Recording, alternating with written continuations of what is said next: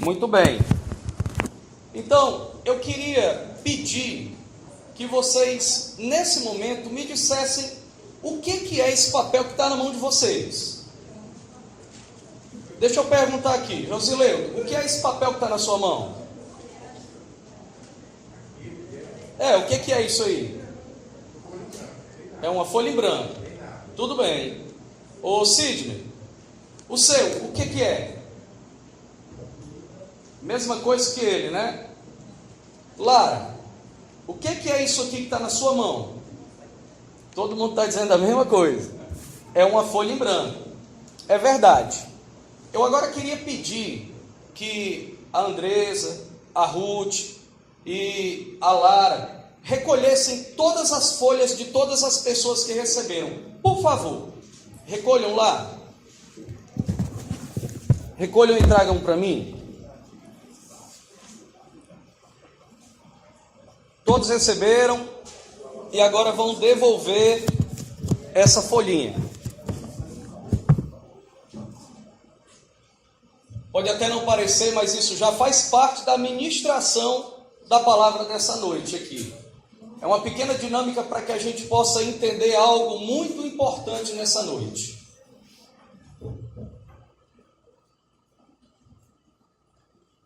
Existe uma grande diferença, eu já disse aqui na igreja, entre a palavra unidade e a palavra unicidade. O que é unicidade?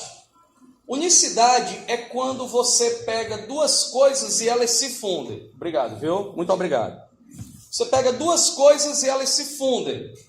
Por exemplo, o casamento é uma unicidade. Quando um homem e uma mulher se unem, ocorre uma fusão, ali é uma unicidade. Já a relação que eu tenho aqui com meu amigo Lael, a relação que eu tenho com vocês, não é uma relação de unicidade, é uma relação de unidade. E assim é também a relação de Deus para conosco. A relação de Deus para conosco também é uma relação de unidade. Vocês me disseram que isso é uma folha de papel. Perfeito? Isso realmente é uma folha de papel, papel em branco. Isoladamente, isso não passa de um papel. Mas na hora em que eu coleciono todas essas folhas e junto todas elas aqui, eu obtenho um caderno. Uma folha isoladamente, ela não é um caderno. Mas quando eu junto várias folhas, quando eu faço um conjunto de folhas e organizo de maneira adequada, eu obtenho um caderno. Entenderam? Isso significa dizer que nenhum de nós de forma isolada forma o corpo de Cristo. Nós juntos formamos o corpo de Cristo. Todos nós juntos formamos um corpo. E nesse corpo, o cotovelo ele tem uma função que é diferente da mão, que é diferente da boca, que é diferente da orelha, que é diferente da cabeça e que é diferente do pé. Mas nenhum deles tem uma importância que se sobressai em relação ao outro. Todos são importantes. E assim é o corpo de Cristo. Quando em unidade, todos têm importância dentro dos locais onde eles estão inseridos. Amém, queridos? Então isso aqui foi só uma dinâmica inicial para a gente poder começar, para que a gente pudesse entender o que é verdadeiramente unidade. Vou ler 2 textos da palavra do Senhor. Eu falei até aqui com o pastor Adair, assim, quando o Lael estava falando, né? Eu disse assim, pronto, pregou tudo que eu ia pregar. Terminou, né? Falou tudo que eu ia falar. Mas eu vou ler. O primeiro texto é João 17, do 20 ao 22, que engloba esse versículo que está ali. Ali é o resumo do versículo. João 17, do 20 ao 22, ele diz assim: minha oração não é apenas por eles, rogo também por aqueles que crerão em mim, por meio da mensagem deles, para que todos sejam um, Pai, como tu estás em mim e eu em ti, que eles também estejam em nós, para que o mundo creia que tu me enviaste. Dei-lhes a glória que me deste, para que eles sejam um, assim como nós somos um. Esse foi o primeiro texto. E eu vou ler um segundo texto, que também está em Gênesis, capítulo 1 e 26 e 27, que foi o mesmo texto que o Lael leu. Então disse Deus: façamos o homem à nossa imagem, conforme a nossa semelhança. Domine sobre os peixes do mar, sobre as aves do céu, sobre os animais grandes de toda a terra, sobre todos os pequenos animais que se movem rente ao chão. Criou Deus o homem à sua imagem.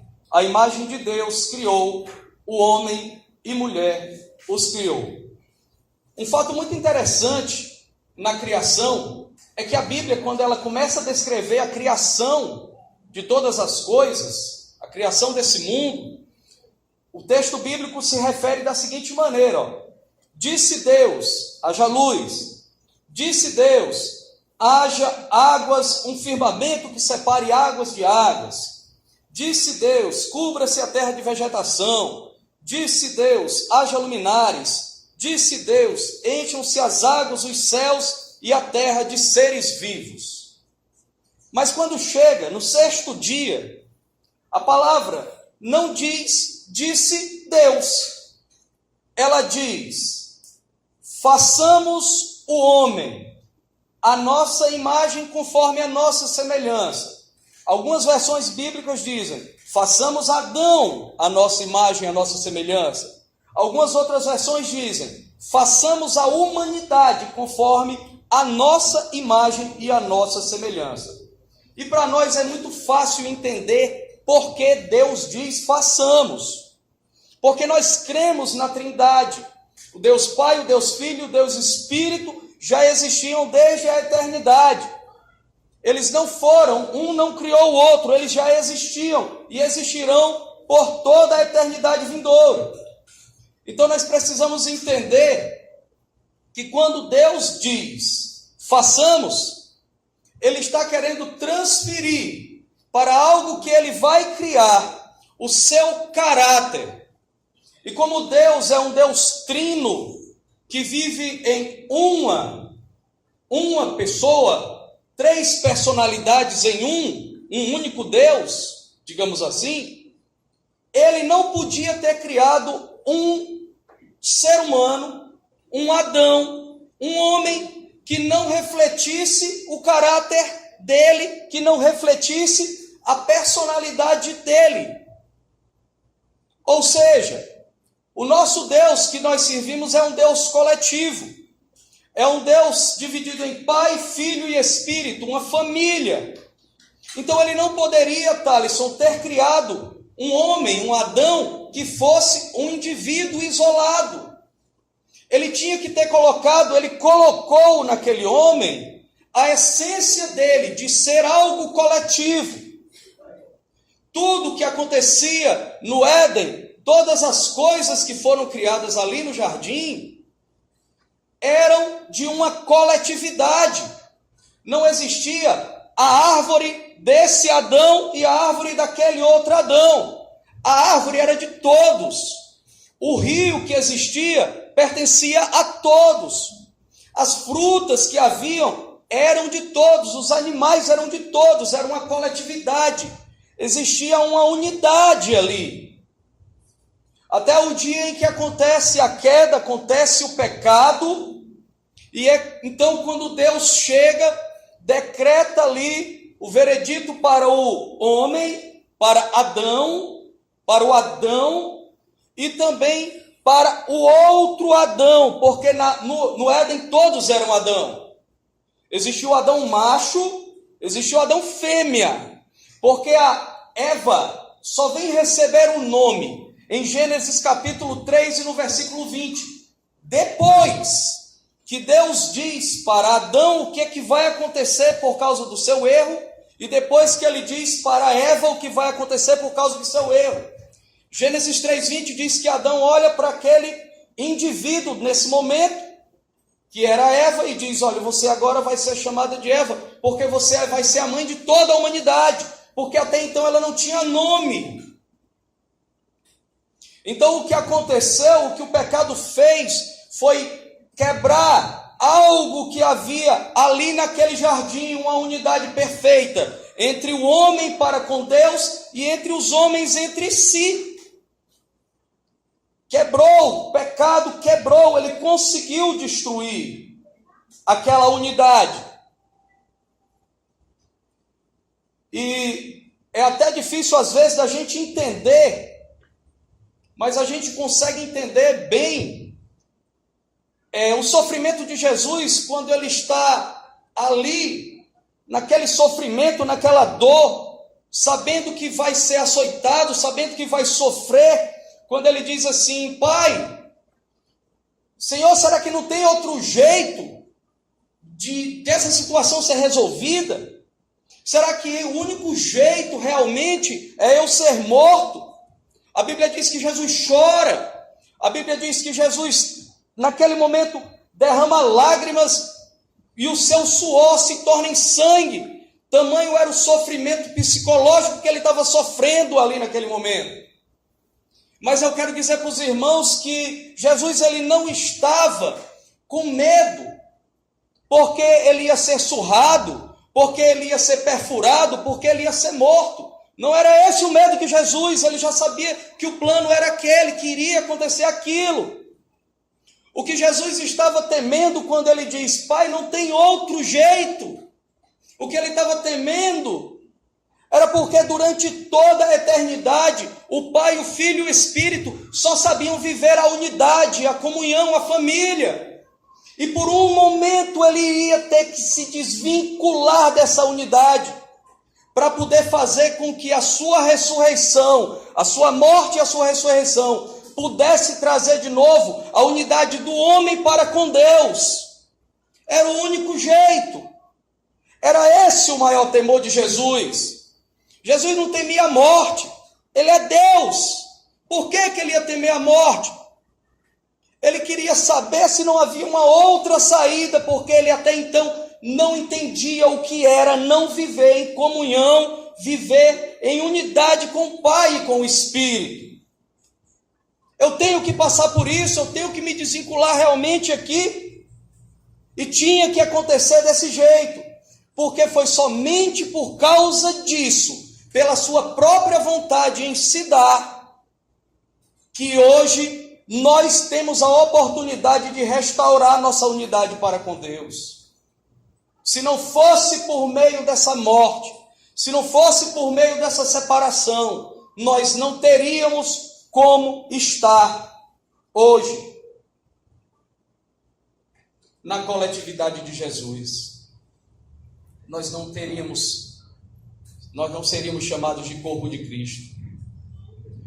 O que Satanás fez, o que a serpente fez com o homem ali naquele jardim, foi nada mais, nada menos do que transformar eles em humanistas.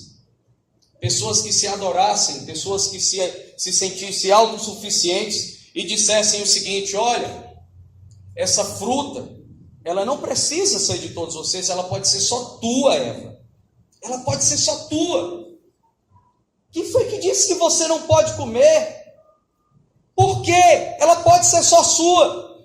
E ela entrou e caiu, aceitou aquele argumento. Ela aceitou, quebrou uma unidade. Por quê? Porque ela foi levada, induzida, influenciada por alguém que queria destruir o plano de Deus para a vida daquele jardim, daquele povo, daquela humanidade que Deus criara. O pecado separou Adão de Deus, e o pecado separou os homens entre si. Ele fez tudo isso, irmãos. Mas olha, assim como Adão era um homem coletivo lá no Éden, Jesus também, Cristo também é um homem coletivo.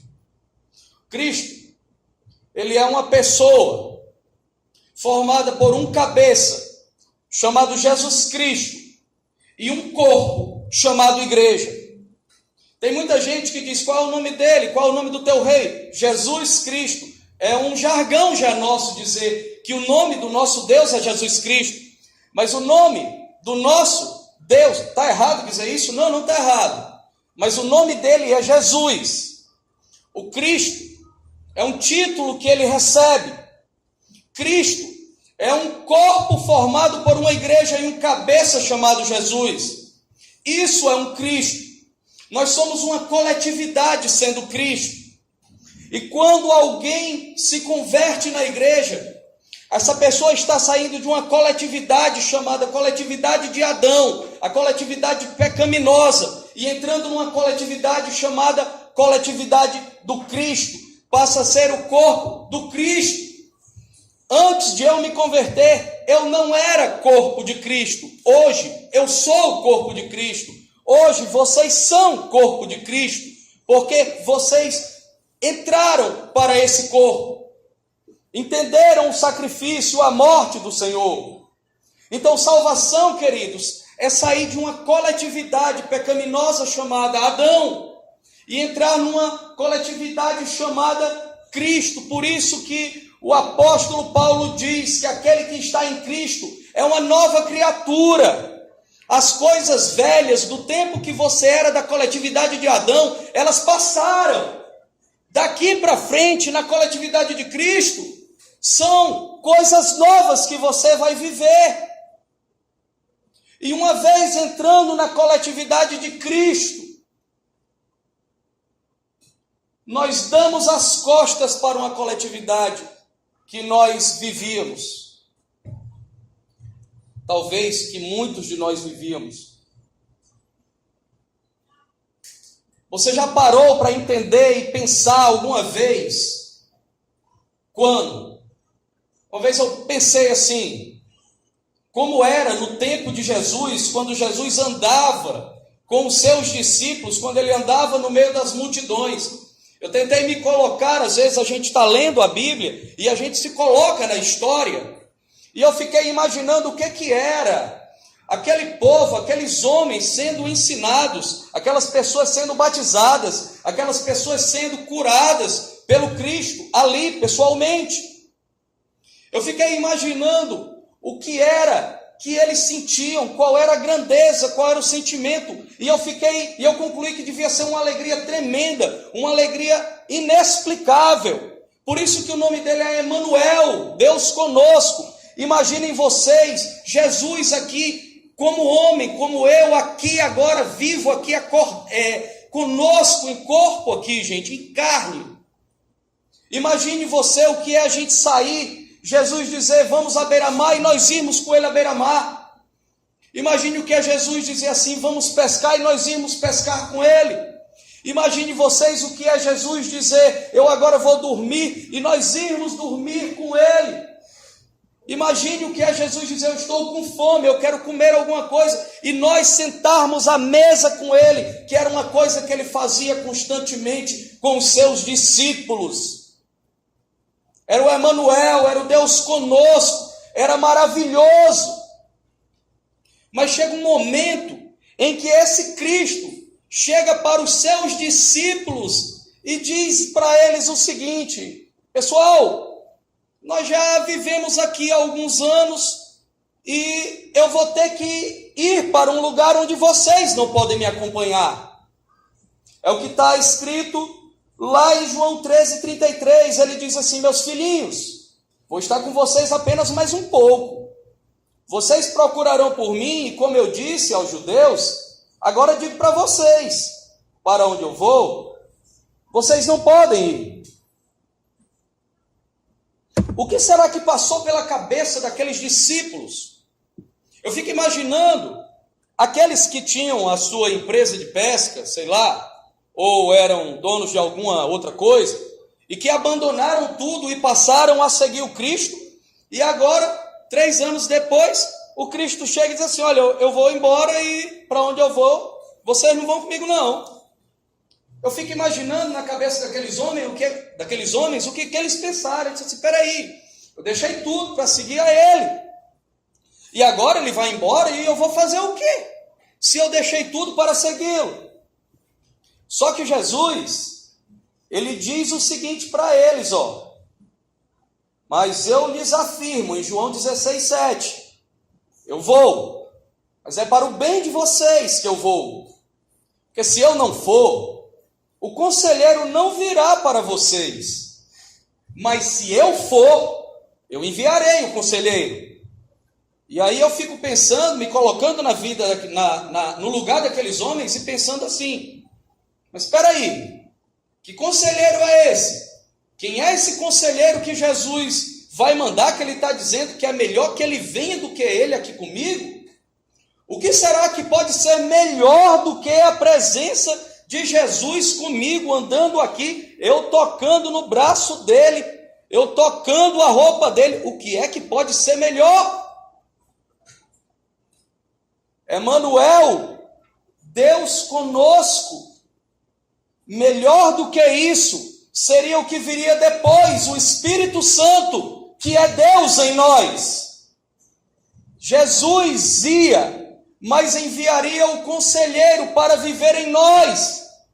E agora, nós temos um Espírito com o qual, quando nós vamos nos deitar para dormir, ele está dentro de nós.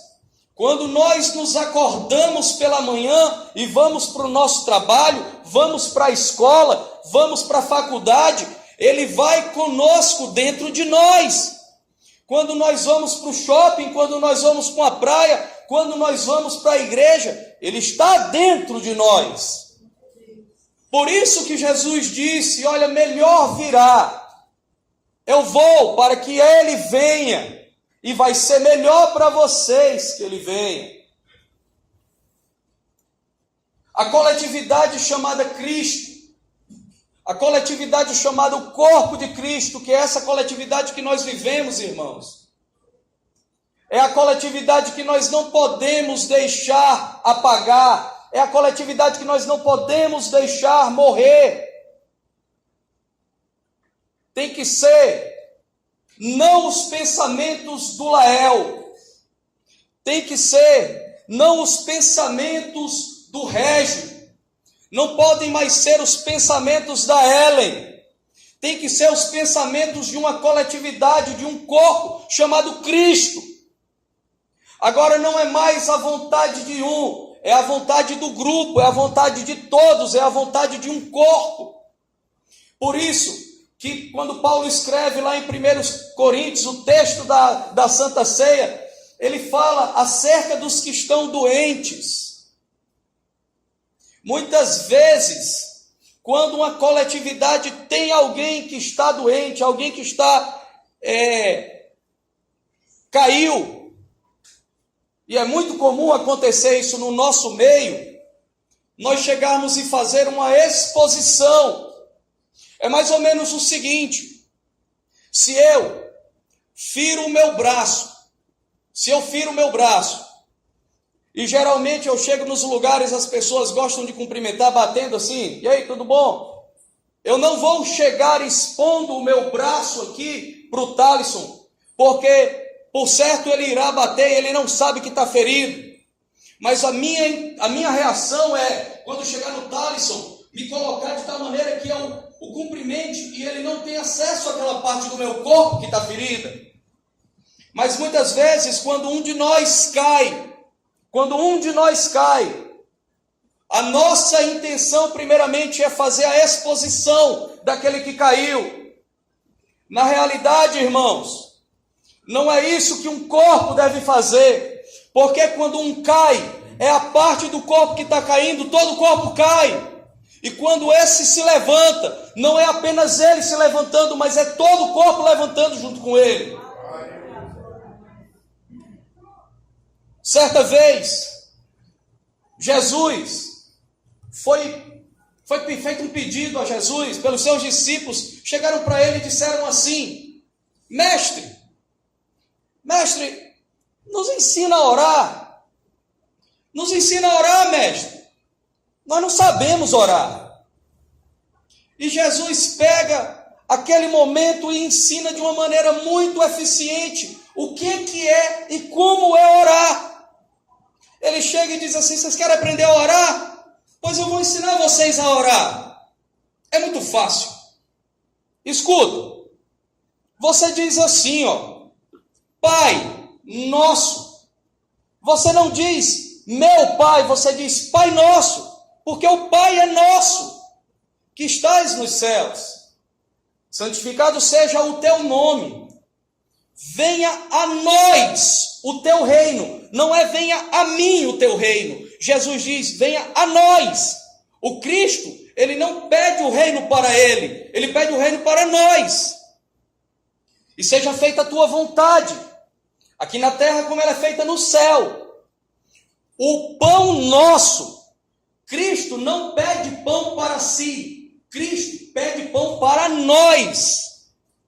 O pão nosso de cada dia nos dá hoje. Perdoa as nossas dívidas, como nós temos perdoado os nossos devedores. Quando o meu nome está sujo, por algum motivo, é o nome do corpo que está sujo. Porque no momento em que eu caio, sendo visto como membro de uma igreja, automaticamente eu sou apontado como crente da igreja X. E o corpo todo padece por causa do meu erro, por causa da minha dívida.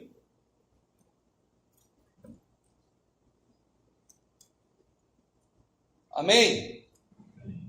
Perdoa as nossas dívidas como temos perdoado os nossos devedores.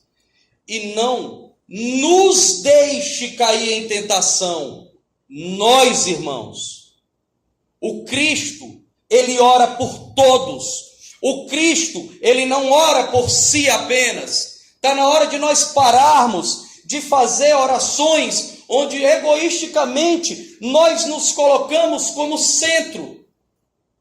Não é errado, você tem o seu particular com Deus, eu tenho o meu particular com Deus, eu peço a Ele coisas para mim, e Ele também me atende, Ele me escuta, Ele fala diretamente comigo, Ele fala. Mas eu não posso fazer do meu momento de oração um momento onde eu vou colocar aos pés de Deus, no altar de Deus, as coisas apenas em meu benefício, egoisticamente. Como Cristo, eu tenho que pedir por todos nós. Se nós pararmos para entender isso, se nós começarmos a orar desse jeito, como Jesus ensinou, vai acontecer um derramado dos céus sobre a nossa vida, sobre a nossa igreja. Está na hora de nós sermos Cristo na geração presente. Robério, Cristo? Eu vou ser Cristo? Sim, está na hora de nós sermos Cristos. O próprio Jesus disse, aquele que quer me seguir, aquele que quer ser meu discípulo, tem que pegar a sua cruz, colocar nas suas costas e carregar como eu carreguei. Em um determinado momento Jesus precisou de ajuda. Em determinados momentos cada um de nós também vai precisar para carregar a nossa cruz, porque nós somos nós não podemos mais ser eu. As coisas no corpo de Cristo não são mais minhas, mas são nossas. Tudo agora pertence a nós e não a mim apenas. Ser Cristo é carregar uma cruz, como Ele carregou. É eu ter a minha cruz, e no momento em que eu passar por uma situação, onde eu pensar em pedir algo para mim, eu me lembrar da minha cruz e dizer, eu tenho que pedir é para nós. Porque um Cristo, ele não pede pão para si apenas. Um Cristo, ele pede pão para uma coletividade. Muitas vezes, irmãos, nós temos agido de maneira muito errada dentro da igreja. De maneira muito errada. Como membros, como pessoas, cada um de nós aqui, muitas vezes temos tido atitudes e intenções erradas no coração. Você vai para a igreja muitas vezes e vai para a igreja por causa de algo que você quer receber. Às vezes a pessoa entra na igreja porque quer ficar rico. Às vezes a pessoa entra na igreja porque o esposo está traindo, ou eu quero que o meu esposo fique comigo, agora vou me pegar a Deus. Por quê? Porque o esposo está traindo. Não veio para Jesus por causa de Jesus, não veio para Deus por causa de Deus. age de maneira errada. Muitas vezes nós nos comportamos como Jacó se comportou. Sabe como foi que Jacó se comportou? Jacó luta uma noite inteira com o anjo do Senhor. E ele diz assim: eu só saio daqui quando eu for abençoado. E a pessoa vem para a igreja dizer: eu só saio quando eu for abençoado. Egoisticamente, pensando apenas em si, ao invés de pensar numa coletividade. E aí quando chega no final da luta com o anjo diz: você quer ser abençoado? Quero. Pois eu vou te abençoar. E aí ele é abençoado, mas o anjo diz uma coisa importantíssima. Ele diz: olha, está aqui a tua bênção, mas a partir de hoje você será chamado Israel. Ou seja, Deus abençoou não aquele homem, mas abençoou uma nação, uma coletividade. A intenção do Senhor não é abençoar um homem único e exclusivamente. Ele quer abençoar o seu corpo inteiro, todas as pessoas. Nós precisamos entender que a bênção sobre a vida de Jacó foi tão grande, foi tão abençoada, que mudou o destino de toda uma nação. Você agora não vai pedir mais por você, você vai pedir por uma nação inteira. É por Israel. É por Israel que você agora vai pedir. Então, irmãos, entendamos nós que ser Cristo é carregarmos uma cruz, onde nessa cruz nós temos a nossa imagem, o nosso rosto, olha aí. E ali nós vamos pregar, muitas vezes, as nossas vontades. Pregar aquilo que Deus não quer em nós. Eu vou ler um texto aqui interessantíssimo, de um livro que eu trouxe aqui, ó. Esse livro aqui que eu estou lendo. Essa semana eu estava lendo esse capítulo. E eu achei isso aqui perfeito. Eu fiz um resumo do capítulo, e ele se enquadra exatamente nisso, porque a gente está hoje aqui falando sobre unidade, mas pode surgir na nossa mente o seguinte: mas vem cá, para que eu tenho que viver em unidade com os meus irmãos? Para que a unidade? Qual é o motivo? Qual é a razão? E o livro diz o seguinte, João, capítulo 17, 20 e 22, que foi o texto que eu li: minha oração não é apenas por eles, rogo também por aqueles que crerão em mim, por meio da mensagem deles, para que todos sejam um, Pai, como tu estás em mim e eu em ti. Que eles também estejam em nós, para que o mundo creia que tu me enviaste. Dê-lhes a glória que me deste, para que eles sejam um, assim como nós somos um. A oração de Jesus é que sejamos um, para que o mundo creia que Ele é o Salvador de toda a humanidade. Esse é o motivo pelo qual Jesus prega a nossa unidade dentro da igreja. Jesus reservou sua glória para aqueles que são um, assim como Ele é um com o Pai. Sabem como Ele era um com o Pai? Ele não procurava fazer a sua vontade, mas Ele procurava fazer a vontade do Pai. João 5,30 diz: eu não procuro agradar a mim mesmo, mas eu quero agradar aquele que me enviou. João 6,38 diz: pois eu desci dos céus, não para fazer a minha vontade, mas para fazer a vontade daquele que me enviou. Hebreus 10,7 diz: estou aqui para fazer do teu modo, ó Deus, como está determinado no teu livro. Ser unidade é fazer a vontade de um Deus. Se cada um de nós fizer essa vontade, nós vamos estar em unidade. Mas é muito difícil. Eu sei que é difícil. É difícil a relação humana muitas vezes. Eu penso de um jeito, o pastor daí pode pensar de outro jeito. E a gente debater sobre as diferenças que existem. Nós pensamos muita coisa diferente.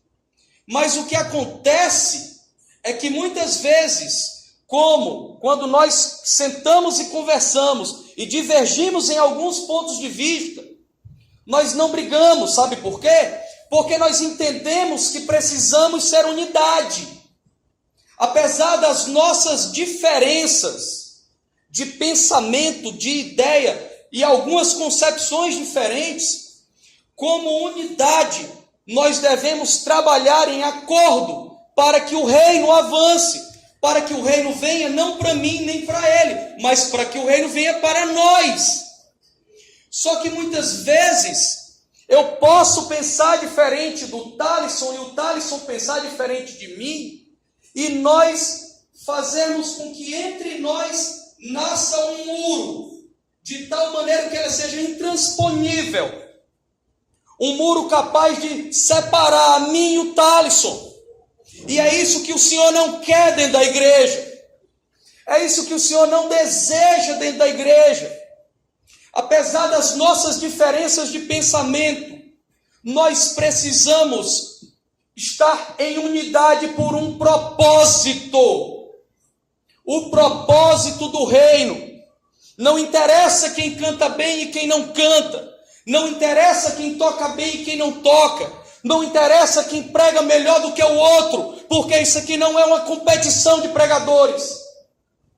Isso aqui não é uma competição de quem prega melhor. Isso aqui não é uma competição de quem é mais eloquente. Isso aqui não é uma competição de quem traz melhor, quem estuda melhor, quem pesquisa mais. Não é. Isso aqui é um corpo unido que tem que estar coeso e não dividido. Não criar dentro de igrejas os super espirituais, aqueles que se acham invencíveis. Não! Não é isso que o Senhor quer. O Senhor quer todos em unidade para a glória do nome dEle. Aleluia! Divisão dentro da igreja, o próprio Jesus disse, não apenas dentro da igreja, mas dentro de uma casa. Nenhuma casa dividida subsistirá. Seja ela a sua casa física, a sua família, seja ela a igreja, que é uma família também. E é uma família de Deus. Chega disso. É isso que o Senhor quer de nós. Unidade em espírito. Unidade em comunhão. Podemos pensar diferente, podemos sim. Podemos ensinar coisas de maneira diferente. Mas nada pode ferir os princípios da palavra. Nada pode ferir os princípios da palavra. Pensar diferente é natural. Pensar diferente é muito natural. Agora, o que não é natural é eu fazer com que um muro, uma muralha da China, seja levantada entre mim e outra pessoa, porque nós pensamos diferente. Não, não é isso que o Senhor quer. O Senhor quer que entre nós haja pontes e não abismos. O Senhor quer que entre nós, se existe algum abismo, que haja uma ponte, que seja uma ponte sólida, que nem um vento, que nem um terremoto possa destruir. É isso que o Senhor quer em unidade para a sua igreja, para a sua membresia. É isso que Ele quer. Nós temos que fazer a vontade dEle. Olha, irmãos, quando Israel era um povo coeso, eles derrotaram Jericó. Por quê? Porque eles eram nós. Eles eram nós. Eles derrotaram Jericó.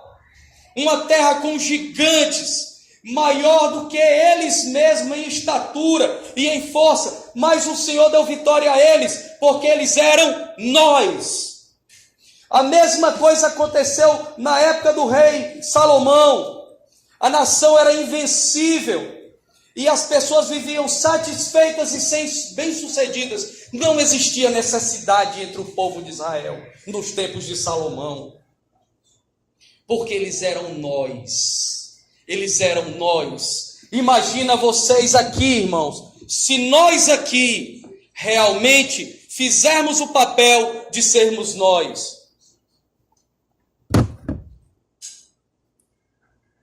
Amém. Para terminar, eu quero dizer que Cristo, Ele não é aquele que busca coisas para ele mesmo.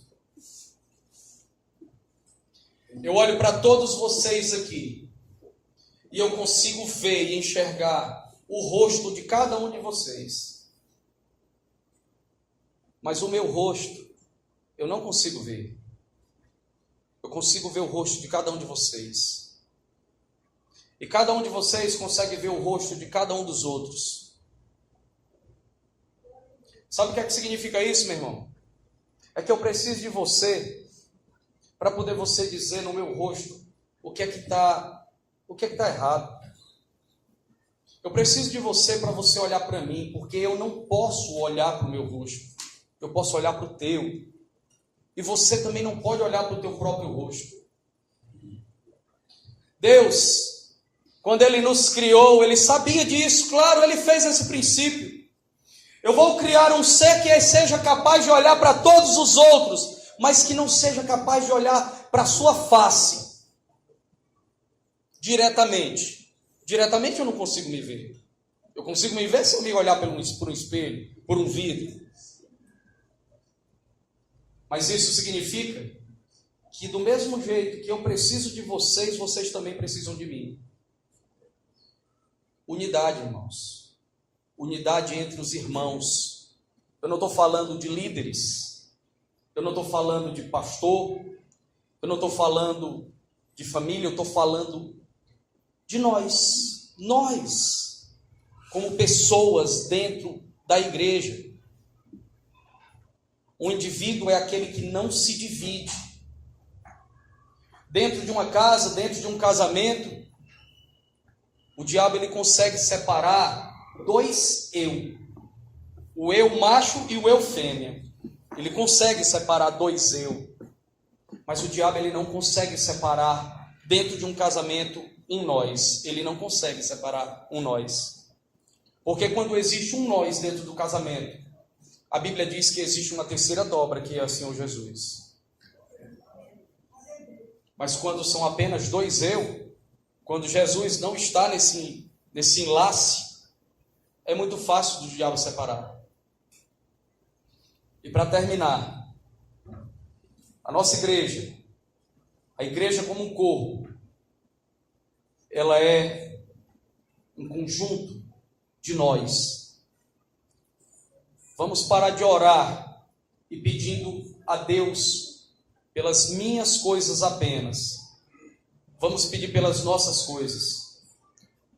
Quando a gente for orar a Deus e a gente for pedir para Ele nos abençoar de alguma maneira, Senhor, eu queria um carro, Senhor, eu quero um carro, que esse carro sirva para mim e sirva também para eu ajudar, para eu servir na minha igreja, para eu servir o meu irmão, para eu servir a quem precisa. Quando eu tiver uma casa, Senhor, quando Tu me deres uma casa, que eu possa receber os meus irmãos na minha casa, que eu possa chamar o meu pastor para ir um dia lá tomar um café. Vamos começar a pedir a Deus, irmãos, as bênçãos para nós e deixar de sermos muitas vezes egoístas, pensando somente em nós, individualmente falando. Só há uma pessoa que é capaz de destruir a unidade entre mim e vocês. E essa pessoa se chama eu. Somente eu posso destruir uma unidade que pode vir a ser criada entre nós. Eu posso destruir uma unidade entre nós. Carlos Avelino pode destruir uma unidade dele para com a igreja. Ele sozinho, o eu dele. Mas não é isso que Deus quer. Deus quer que nós sejamos um em unidade. Amém, irmãos? Amém. Entenderam a mensagem? Amém. Que a graça do Senhor seja sobre a vida de vocês. Vamos ficar de pé, vamos orar. Vocês podem entoar mais um hino, irmãos? Em nome de Jesus. Eu vou orar enquanto eles se preparam aqui. Senhor, nós queremos te bendizer e te adorar nessa noite, ó Pai. Senhor, dá-nos uma mentalidade de nós, ó Deus.